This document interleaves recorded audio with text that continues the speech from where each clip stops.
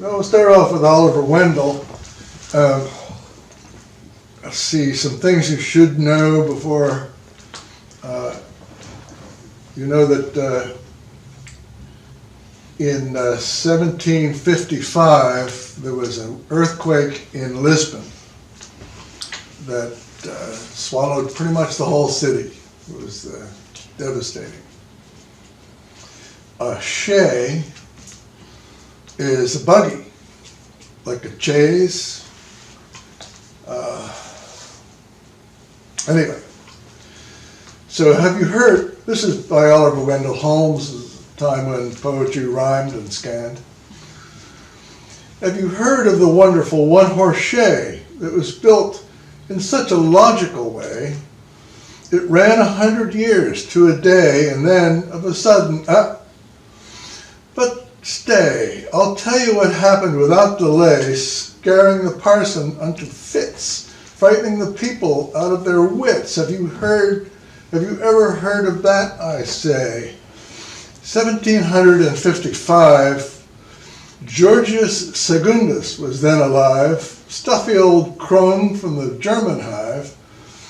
That was the year when Lisbon town saw the earth open and gulp her down. And Braddock's army was done so brown that left without a scalp to its crown. It was on that terrible earthquake day that the deacon finished the one-horse shay. Now, in building of chaises, I'll tell you what, there's always somewhere a weakest spot. In hub, tire, felloe, in spring or thrill, in panel or crossbar, or floor or sill, or screw, bolt, thorough brace, lurking still, find it somewhere, you must and will. Above or below, or within or without, and that's the reason, beyond a doubt, a chaise breaks down, but doesn't wear out.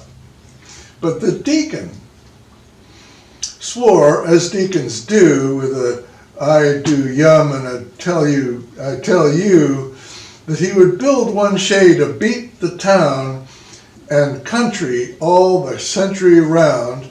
It should so built that it couldn't break down.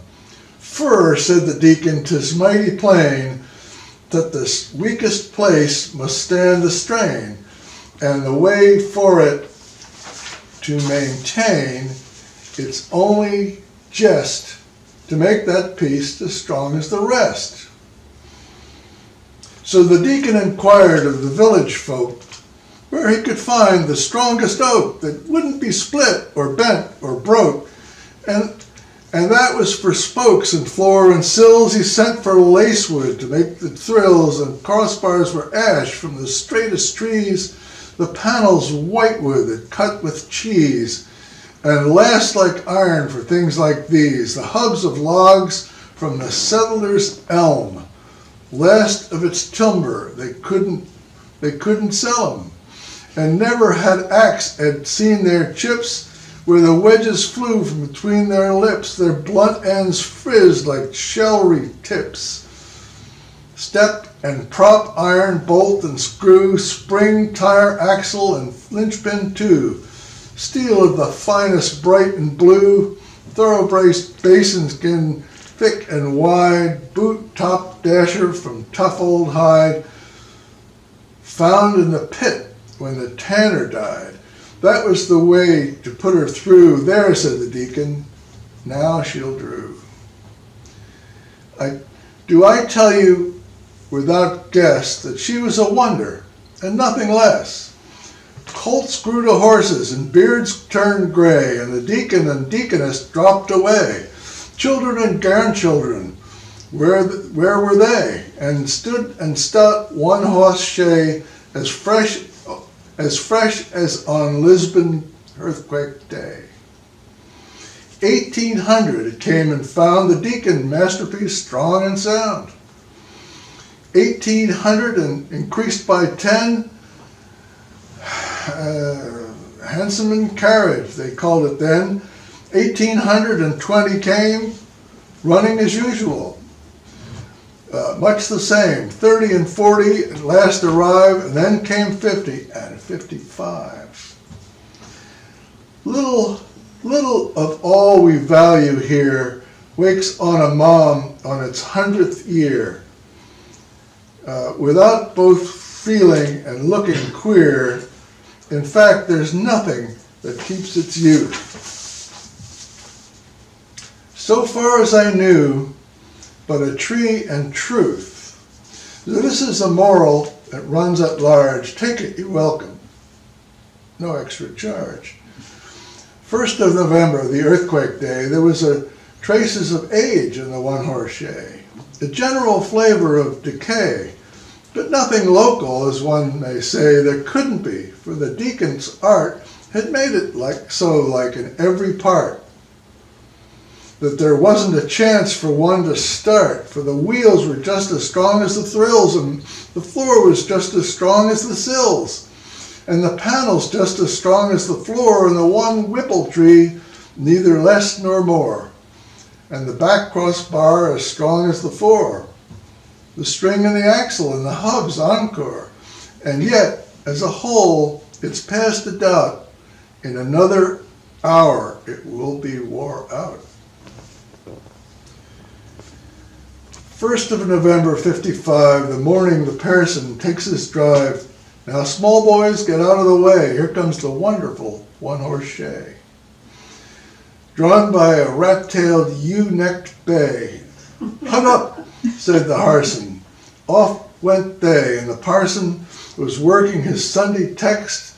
He got to 50 and stopped perplexed at what Moses was coming next. All at once the horse stood still, close by the meeting house on the hill. First a shiver, and then a thrill, and then something decided to take a spill, and the parson was sitting upon a rock at 9:30 by the meeting's clock, and the hour of the earthquake shock. What do you think the parson found when he got up and started looking around? The poor old chaise in a heap or mound. It had been to the mill and ground. You see, of course, if you're not a dunce, how it went to pieces all at once. All at once and nothing first, just as bubbles do when they burst.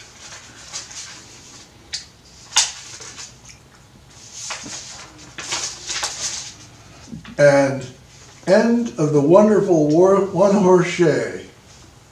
Logic is logic, that's all I'll say.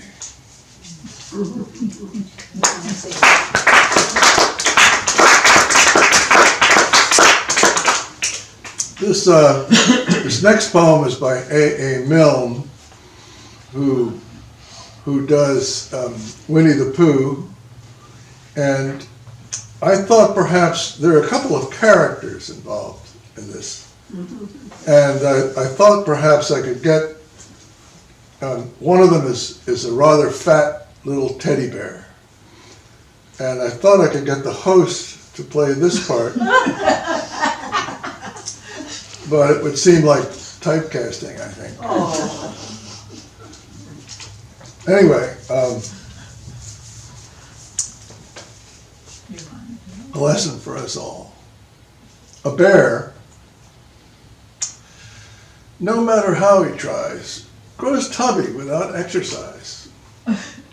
Our teddy bear is short and fat, which is not to be wondered at. He gets what exercise he can by falling off the ottoman, but generally seems to lack the energy to clamber back.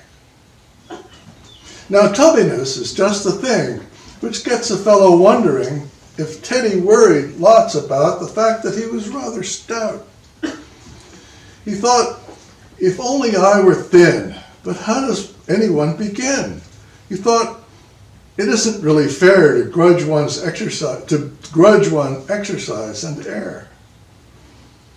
For many weeks, he pressed in vain his nose against the window pane and envied those who walked about, reducing their unwanted stout. None of the people he could see is quite, he said, as fat as me. Then, with still more moving sigh, he said, as fat as I. One night it happened that he took a peek into a picture book, whereas he came across by chance the picture of the King of France. A stoutish man, and down below these words, King Louis so-and-so, nicknamed the Handsome. There he sat, and think of it, the man was fat. Our bear rejoiced, like anything, to read about this famous king, nicknamed the Handsome. There he sat, and certainly the man was fat. Nicknamed the Handsome, not a doubt, the man was definitely stout. Why then, a bear, for all his tub, might yet be named the Handsome Cub. Might yet be named, or did he mean that years ago might have been?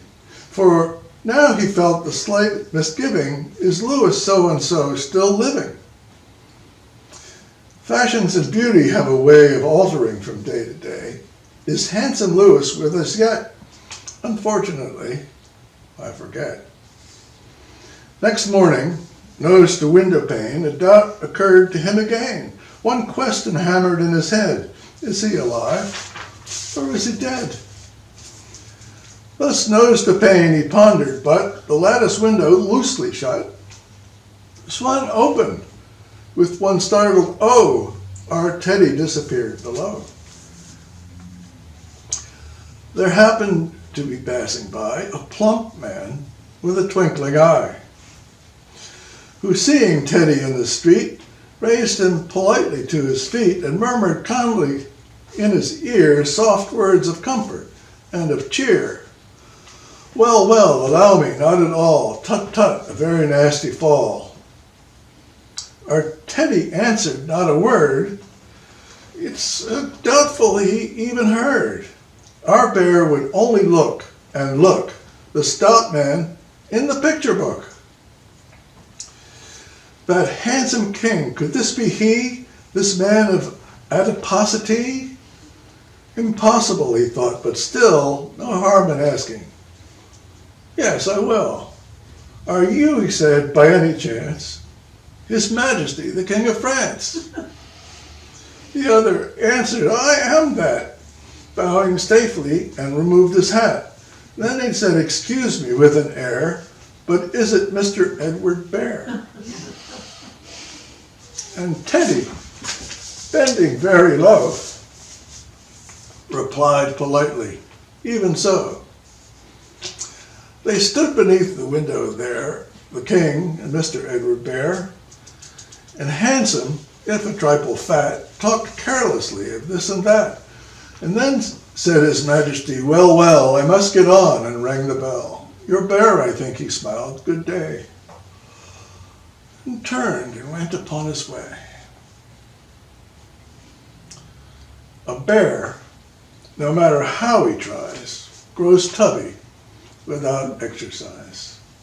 Our teddy bear is short and fat, which is not to be wondered at. But do you think it worries him to know that he is far from slim? No, just the other way about. He's proud of being short and stout.